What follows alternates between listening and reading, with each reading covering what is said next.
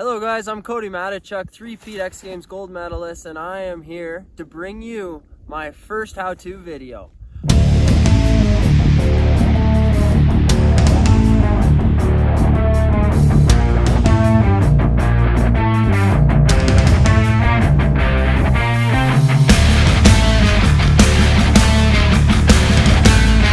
Stoked that Cody got welcome into the family here. You know, what better way to welcome someone to the team than to bring him here at the Turcotte compound and kind of throw him to the wolves. You know, everyone's...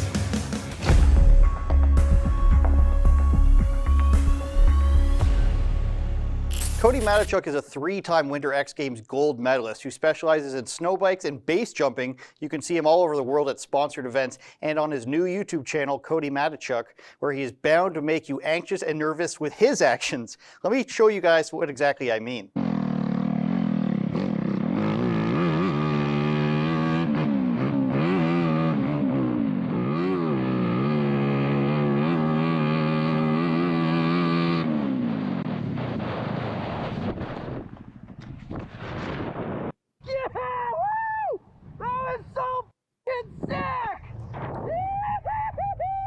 Cody, thanks for joining us from Alberta.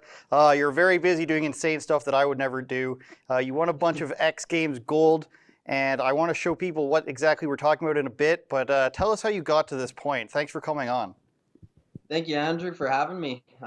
Yeah, basically, what has it been, 3-4 years now that I've made this extreme sports lifestyle a job. I used to work on the rigs, and through a lifetime of racing motorcycles, dirt bikes, street bikes, and so on, and switching into snow biking and other action sports. Been able to grow this, while with social media and everything, been able to grow this platform of mine, this brand, and turn it into a career. So it's been quite the journey over the last little bit. So for people who aren't as familiar with X Games or snow bikes in general, let's go ahead and show a clip of that, Justin, just so people know exactly what sport you're kicking ass at. We got 2 turns. You think he's thinking about that last lap of semifinal heat number 1, and he's like, just hang on. Here he comes up on the finish line. And the checkered flag is out, and Cody Matechuk has done it. He makes it 3 in a row.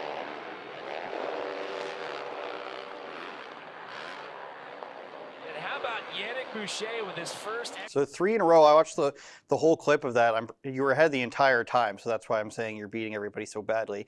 Snow biking hasn't been around for that long, has it? No, it really hasn't. I would say modern day snow bikes are like 10 years, but we just started racing them. X Games brought us on 2017 January was the first year of it. So we've had 4 years of racing and then a canceled year last year, which would have been our 5th. And been fortunate enough I got 3rd place in the first one and then golds in the next 3. So it's been quite a journey through that as well. Yeah, so you mentioned the X Games was canceled. The Winter X Games is in Aspen, Colorado. On the 20th anniversary, I think it was too, Cody, if you can believe it. So what was the reason, they had their official reason, but what was the reason they gave to you guys as competitors as to why it can't happen? Honestly, there was no direct reason. What ended up happening is X Games actually happened, but there was no motorsports involved. Okay. So they had the skiing and snowboarding event, but all motorsports was canceled, and we weren't really told why. But it was kind of a late decision. I know they pushed for it to try and make it happen. Like we were December 8th, I believe, was the day that we actually found out it was canceled for motorsports, and it's like 3rd weekend of January, so it's not very long notice. So you can imagine getting ready for a race season or a big event like that. Everything has to be started in like September, even August. So the training, bought a new trailer, got all this stuff ready, sponsors, building this plan towards X Games to hopefully make it happen. But with that being said, Summer X Games did get canceled previous to that. So there was a little bit of a foreshadowing there that we might be canceled for the Winter X Games, which was would have been January 2021, this last one. So what I ended up doing, I had to kind of build 2 different plans, 2 different programs to make sure that we're covered just in case we can't race, because racing right now, or was, my primary source of income and my primary advertisement or marketing for my sponsors. Yeah, So to so try just to and cut in there, sorry, does a lot of the sponsorship revenue depend on getting in front of cameras at the X Games? And obviously they pay you because you do so well. So does it all contingent on getting that large audience? X Games is a huge part of it. I mean, without X Games, I wouldn't be where I was today. There's not a question in my mind. Being able to put yourself on the screen in front of millions of people and promote your sponsors through that is a huge deal, and it's an opportunity that super blessed for. Do you So think yeah. it's odd that you're allowed to take risk every time you go out there? You guys risk possible death. I mean, anyone can go and search traumatic injuries from winter sports, especially X Games sports. But at the same time, they're not letting you take a risk by competing at all this time around. Does that seem weird or inconsistent at all? It was really weird. I think it might be more political, the reasoning. It could be because of travel. I know a lot of the, I don't know about half, but like a good percentage of the motorsports athletes do have to travel from Canada. So I'm not sure if it was a border crossing thing that they were trying to avoid. Something there that they're trying to avoid, but I didn't understand it because, in my opinion, we would be the safest as far as pandemic goes, because we all have our trailers. So we have our separate trailers, separate teams, limit us for how many team members we can have, and we stay in our own little bubbles. Where the other sports, they have like a centralized athlete tent, if you will, an athlete building. And this has a buffet in it. It has all sorts of vendors and little training facility, like stretching and places to pedal. So these guys get all pushed into this one little area when we have our trailers and our own little tight little bubbles to stay in. So I was a bit confused why the decision came down, but came down, so we had to deal with it. I totally get that. It doesn't seem to be consistent. The reason I ask is so many of the athletes that contact us, they've had to cancel competition season, whether it's pro athletes, a lot of college athletes specifically have spoken to me. But just the canceling of these events caused a different set of problems for you. And I want to show a clip and then talk about why this is important. Go ahead, Justin. We're stoked that Cody got welcome into the family here. You know, what better way to welcome someone to the team than to bring him here at the Turcotte compound and kind of throw him to the wolves. You know, everyone's, who is this guy? You know, is he fun? Is he exciting? Is he good on a bike? And I feel like he, exceeded expectation with everyone here, and pretty stoked to see him progress and see where he's going to take his backcountry riding, and hopefully he can keep on stacking up those gold medals at the X Games. It's cool to come out to the Turcotte compound and get welcomed into the family this way. We just shredded and had fun for 3 days total, and it was awesome.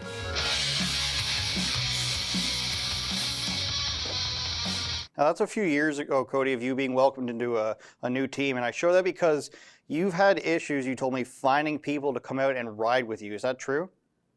Yeah, this last year was pretty tough. I should say over a year, 2 seasons ago. So that 2020 season, when this stuff all first hit, March and April specifically, you could see everyone just starting to get more panicked. And this was all new, so we didn't know how dangerous things were. We didn't know, basically we didn't know anything. So I can understand where people are coming from. The main thing that I seen from other riders and people that I would normally ride with is people scared of the hospitals. When at that time, the hospitals seemed like deader than ever, just because everyone was scared of it. But it put everyone in this kind of weird vibe that they were scared of pushing and scared of doing the sports we love, in fear of this possible pandemic and in fear of going to the hospitals.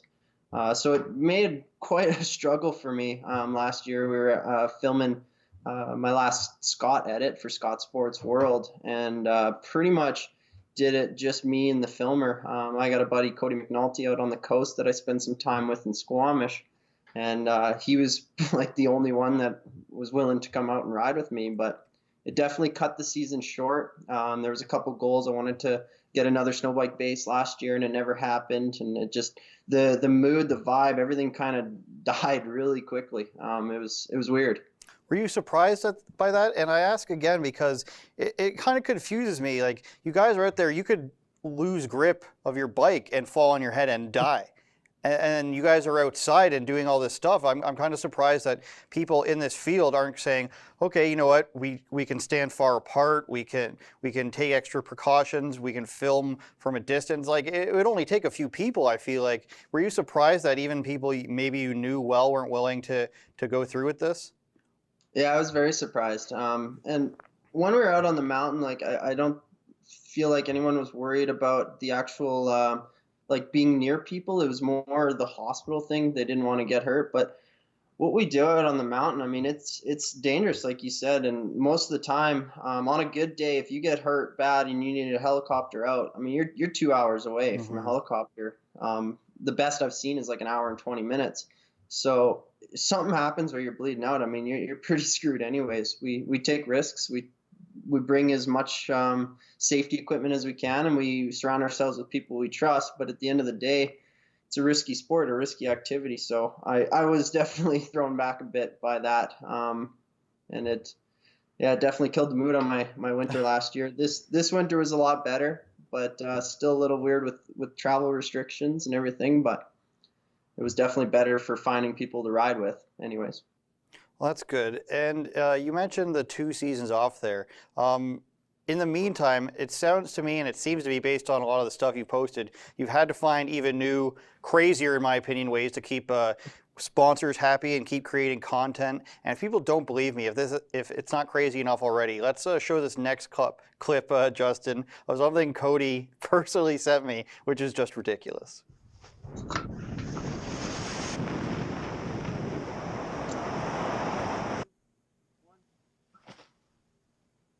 Oh, what's up, dude? Kuma Matata nerd.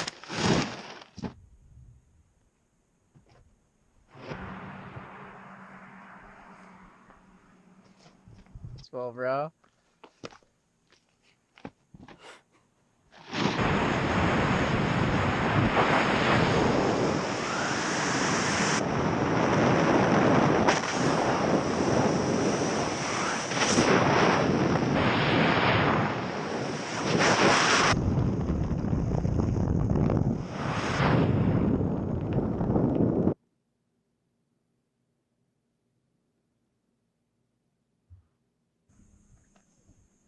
Yeah! Oh my god! Oh! I don't even know what type of sponsor or insurance money the sponsors dole out for you. But with the competition shut down, so this sort of forced you to find new sports, if we can call that, to explore and new ways to get content out there? Well, I think the new sports, that's kind of just a personality trait. I don't know what it is, but I've always gotten bored with things very quickly and pushed to do something new. The base jumping has always been a passion of mine since schools were allowed in computers. I was always sneaking YouTube videos, watching wingsuiters, and ended up making it happen. But pushing and trying to push the limits and find something new all the time, that just comes with the job. I mean, social media these days for athletes or for any kind of content creator, it's a popularity contest. If you don't have something new to bring to the table every time someone looks at your page, then you slowly start falling back. So it's kind of a constant push to try and progress both personally and because it's my business, trying to progress my business. So. And I want to ask about sponsors again. The reason I keep bringing them up is because a lot of people don't understand that this is how a lot of athletes make money when something like the X Games doesn't say, here's $1 million for winning. It's the same thing I see like in mixed martial arts, how people need sponsors on their shorts and their shirts in the lower competitions. How important is it for you as a person with big sponsors to stay active even when your competitions are shut down? Oh, it's huge. I mean, one, just keeping the mind in play and keeping your body ready to make these things happen.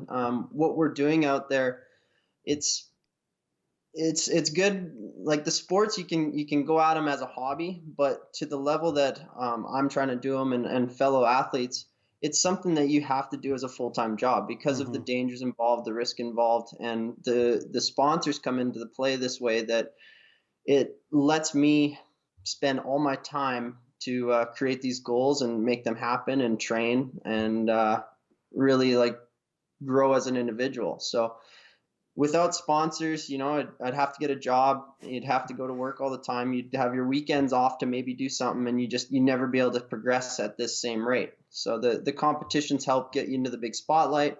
But that's, you know, for X Games, for example, that's one weekend out of the year. The rest of the year, you still have to be doing stuff, especially with social media, pushing out content and always doing something new. So it's on a day-to-day level, just being able to take the financial stress out of it with a salary style contract, and you can focus everything on business, like my new YouTube, editing, filming, working on my bikes, like I do all my own mechanic stuff unless we're racing X Games, and then trying to sneak in parachute jumps and trips to the mountains and do all this. I mean, it's a full-time job. It really is. With assumedly a whole bunch of other athletes around the world and even on our own continent, they're allowed to compete and practice and train properly. Does it get frustrating for you? Has it been a frustrating year and a half or so? Have you felt a different amount of pressure this time around to be able to do, as you say, what you've done no matter what, and do as a profession and have to do it literally every day? Have you felt a lot of pressure? Yeah, it's been weird. One decision that I was contemplating would have been for this winter. So last fall I was contemplating it because of the travel restrictions and the quarantines, was if I was going to go race. There's a national series down in the States that happens, and usually I race it before X Games to get ready. But with X Games maybe not happening, I knew the national series was happening. One talk that I had with all my sponsors was, do you guys want me to go race this? And if we race this, is it going to get us enough exposure to make our time worth it? The problem was, because of quarantines, I would have to go down there in December and stay till end of March because there's no way you could go back and forth through it all. So 4 months down in the States, living out of a trailer on the road, traveling, still back then not knowing the severity of the pandemic. So it was a very stressful time just trying to figure out what to do this past winter. And thankfully, all my sponsors were on board and they trusted that I could make something happen here in BC and Alberta and make something happen in the mountains, grow my YouTube, grow my social media, and kind of give back to the snowmobile, snowbike community with how-tos. I taught a riding clinic and just try and become that go-to guy for this industry. So my sponsors, they trusted my idea, my plan, and when X Games got canceled, we invoked our plan B, and it ended up working out pretty good. But it was a lot of months of squeezing the end of the chair, just not knowing what to do. No, I definitely get that. And it seems to me, from my perspective, that your sponsor there is really good at sticking with people from what I've seen in the past, and giving them the support that they need. Hey guys, thanks for watching another episode of Andrew Says. Be sure to go to rebelnewsplus.com and subscribe for the full episode. But here on Rumble, it's not going to be censored, and there's way more stuff we can talk about that we could never say on YouTube.